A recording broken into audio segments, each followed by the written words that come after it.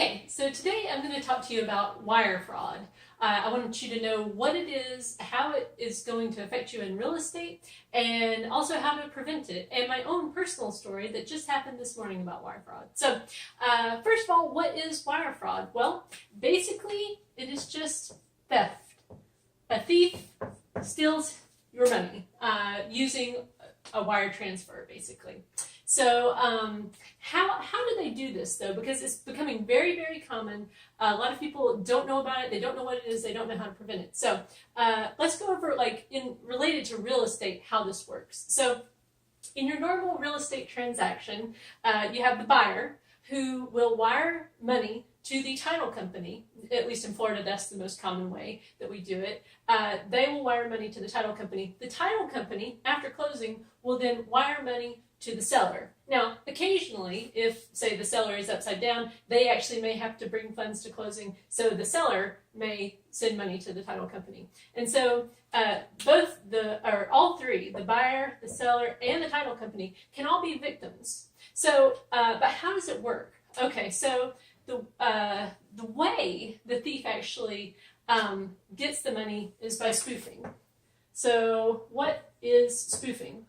Well, that's when a person pretends to be someone via email. So you may get an email, a spoofed email, sorry about my S right there, that looks like it's from your realtor, or it may look like it's from the title company, or it may look like it's from your banker.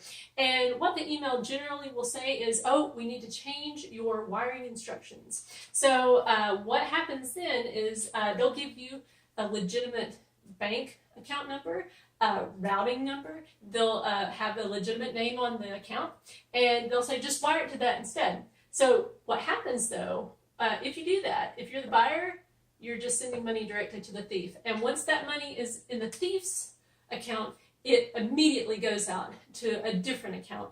They've got it set up where it'll take the money away immediately. So you're likely to never, ever see the money again. So how do you prevent this, right? Like, that kind of sounds hopeless. Like, how can you tell, the difference between a legitimate email and one that is fake? Well, luckily, there are some dead giveaways. First of all, there's grammar. Generally speaking, everything I've seen so far related to wire fraud, the English is not very good. The grammar is bad. The punctuation is wrong. It just doesn't sound right. So use your gut on that.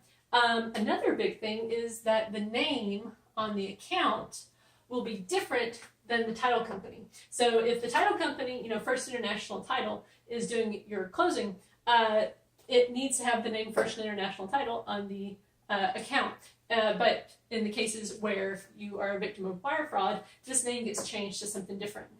Lastly, any change, really, any sort of change, especially at the last minute, right before closing, that needs to be a huge red flag. And you say, wait a minute, why are things changing? For example, the title company that we took a class about wire fraud from, they said they've never, ever, ever in their whole history ever changed the wiring instructions. So it should be a huge red flag if you're suddenly getting an email saying the instructions have changed.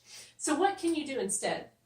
So what you can do instead is simply to say to the title company, like if you were to get an email, just call the title company. And in fact, we always tell our customers, call the title company and get the instructions directly from them. And even go physically to the title company, get those instructions, and then physically take that to your bank. Basically, never trust an email that you get, especially when it comes to wire instructions. It doesn't matter how encrypted they look, anything like that.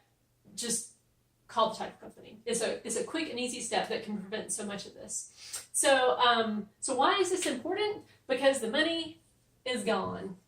If you wire the money out, you're never going to see it again. And we're talking hundreds of thousands of dollars every single day. They're just getting sent out and to never be heard from again, because it's just so hard for the authorities to deal with this because it's, usually across state lines and it's, in different countries. So it's just a big mess, quite frankly. So my personal experience was actually this morning. I get an email from what looks like my broker. It says his name up at the top, but luckily my husband had also gotten the same email, and he noticed that the name on the actual email address was different.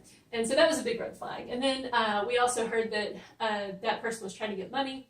And so I just kind of played along with the person on the other end of the email because I really wanted to see where was this going to go. I figured it was going to be wire fraud of some sort, but here's how it played out for me.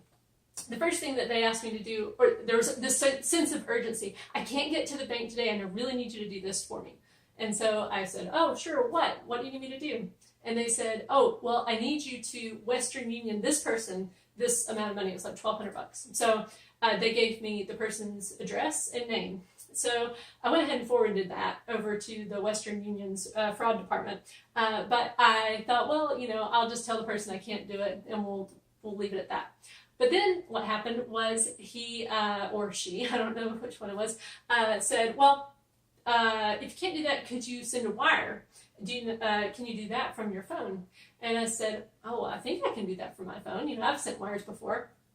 So that's when he sent me the wiring instructions, which were, I had an actual name, an account number, and a routing number, so and the name of the bank. So I immediately called that bank. It was actually a bank in Kansas, and I told them exactly what had happened. I ended up talking to the guy in their fraud department, and he said, oh, could you please send me that email? So I sent him the email, so hopefully they can get that all straightened out on their end. Maybe we prevented at least one theft today, but and our broker actually called them too. So the point is, there were some big red flags. The grammar wasn't good. The name, the from name, so in other words, it said my broker's name, but then the email address was different, so that's a red flag. But thieves can be really tricky. They can make it look like it's from that right email address. So don't use that as like, oh, well, it looks like it came from him. Just basically never trust any kind of thing about wire,